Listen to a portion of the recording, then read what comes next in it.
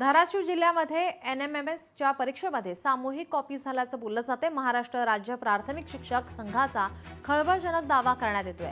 आर्थिक दुर्बल घटकातील विद्यार्थ्यांसाठीची NMMS ही परीक्षा केंद्रावर सामूहिक कॉपी झाल्याचा आरोप आहे। परीक्षा रद्द करून फेरपरीक्षा घेण्याची आता मागणी होते। तसेच चौकशी करून ज्यांच्या सहकार्याने कॉपी झाल्याचा आरोप करत कडक कारवाईची मागणीही केली जात आहे।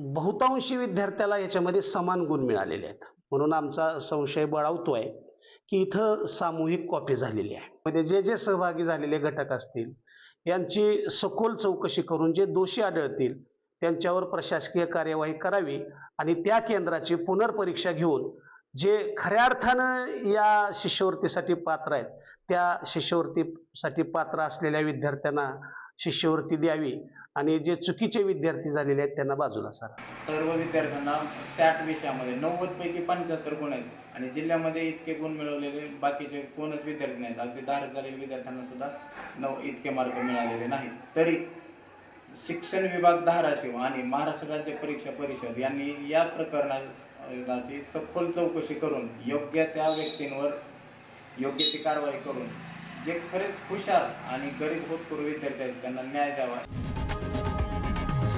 लोकशाही मराठी ऐका, पहा, जागरूक रहा।